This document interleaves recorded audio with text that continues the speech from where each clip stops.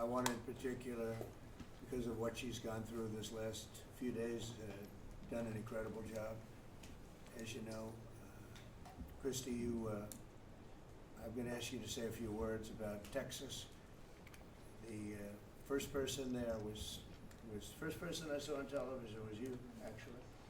And you've worked great with the governor, who's terrific. And you might want to tell a little bit about the trials and tribulations, but we appreciate the job that you and everybody have done. You had people there as fast as anybody's ever seen, so really appreciate it. We all do, and maybe you could say a few words. Sure. Well, thank you, Mr. President. I want to thank you for your leadership. Texas is strong, and the people of Texas are incredibly strong. They've gone through something that is absolutely horrific, and it is heartbreaking to watch these families suffer the way that they are.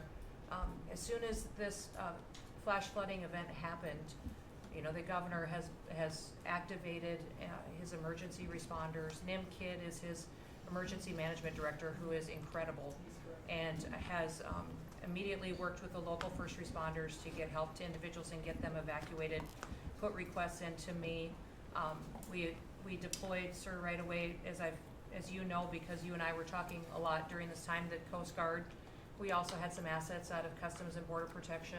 Our BORTAC teams went in and helped with rescues and clearing debris so that we could get roads open and people get the help that they need. I think when I got there the most, sir, that day, as soon as I arrived on site, was getting a briefing from all the emergency responders, was just how unified they were in focusing on the fact that we're there to save lives.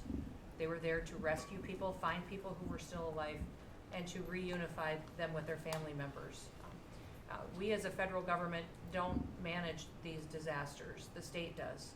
We come in and support them, and that's exactly what we did here in this situation. FEMA went to an enhanced level immediately, but as soon as you signed the major disaster declaration, we were able to get them resources and dollars right away, just like you envisioned, through state block grants to help them with cleanup.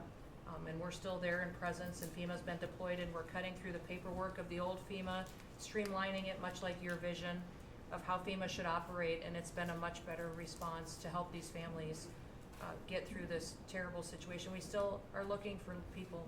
We're still looking for a lot of little girls and other family members that were camping along that river, and they will continue until they find every single person, and we will continue to help them and assist in that. I was surprised when I got there at the camp that day, right after this happened, the parents that were there, the parents that were looking for their children and picking up their daughter's stuffed animals out of the mud and finding their daughter's shoe that might be laying in the cabin, and just hugging and comforting people matters a lot. I'm extremely grateful for God's hand in that whole situation, because hundreds and hundreds and hundreds of people were saved. And this is a time for all of us in this country to remember that we were created to serve each other. God created us to take care of each other.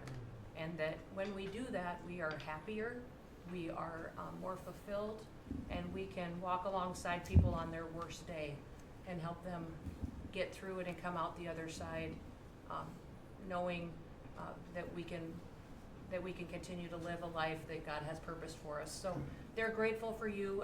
Several times the day after the flooding, you and Melania were on the phone with me, and I want to thank you for that. And that meant the world. I was able to tell many of those folks that I had been visiting with you, and that you had said, whatever they need, Christy, let's deploy it and get it down there and be helpful. And on Sunday, when the families were waiting at a church to identify their children's bodies, Franklin Graham and I called in and prayed with the families and read some scripture with them, and he was incredible in making himself available to that as well. We'll be back down there in a couple of days and continue to do all we can, but this is an unprecedented event. It really is. There's been tragedies like this around the country, but everyone is unique in different situations, and the response the federal government had supporting the state through this, I'm proud of the people that stepped up and immediately came. The Coast Guard, when they came in, they had a difficult time even getting the aircraft in and landed. They had to try several times in the weather to get it in and deploy, and I think we've heard about, our one Coast Guard member that was responsible for saving over 165 people, but that entire crew did incredible work. And all the first responders there did incredible work. And I know people are getting tired now, but they're getting reinforcements and volunteers are showing up.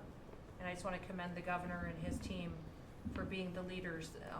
And they're so thankful that you're letting them make the decisions and manage the response like it should be. And then us supporting them with the resources of the federal government. We've already deployed dollars to the state, much like the block grants that you've talked about. Right. So very grateful for that, sir. There's never been a wave like this outside of the breaking of a dam. Because this was almost a wave that ended up being 30 feet high, more, actually. Now, with the dam, you can understand it, but this approached almost with that speed. When you see a dam break, it's not a pretty sight. It wipes out everything, and this is the kind of thing that built up so fast. And it's happened 2 or 3 times before over the years, but not to this extent. But tell them when you met the father who was picking up the daughter's clothing. And I had walked through so the sad. cabin where all the little girls died, and I had kind of fallen apart in there, but I walked out of the cabin, and a gentleman was standing there, and he said, that man over there needs a hug. And so I walked over to him, and I hugged him, and I said, do you work here? And he said, no, my little girl was in that cabin. And he said, and I just found her best friend about an hour and a half ago. She had passed away. And he just fell apart. And so then we just hugged and talked for probably an hour about that. But then there was the grandpa was there looking for his granddaughter as well. There was a dad there of one of the counselors. The counselor was alive, but she was dealing with the fact that she had hung on to some of these girls and was trying to keep them out of the floodwaters and had gotten hit by something and had lost 2 of the girls and wasn't able to hang on to them and was going to live the rest of her life thinking about that moment when she wasn't able to hang on to these girls. But these parents were picking up their kids' belongings out of the mud and throughout the camp and putting them in bags. And then one of the dads said, I knew 50 of these girls here. So I knew that was her dress and my daughter's friend's dress. So he was picking it up and putting it in a bag to return to her parents. And so it was and then the director was there comforting everybody who had lost his father the night before too, and he was still there trying to facilitate all of these parents grieving their children and find them. So the strength of people is incredible. One of the things that I asked there today, that day, was that they all have escorts or counselors when parents come in. So from that point, that when they came into the camp, that they have somebody with them when they're going and looking for their children's belongings or looking for their children. And so, very emotional, but also just so tragic.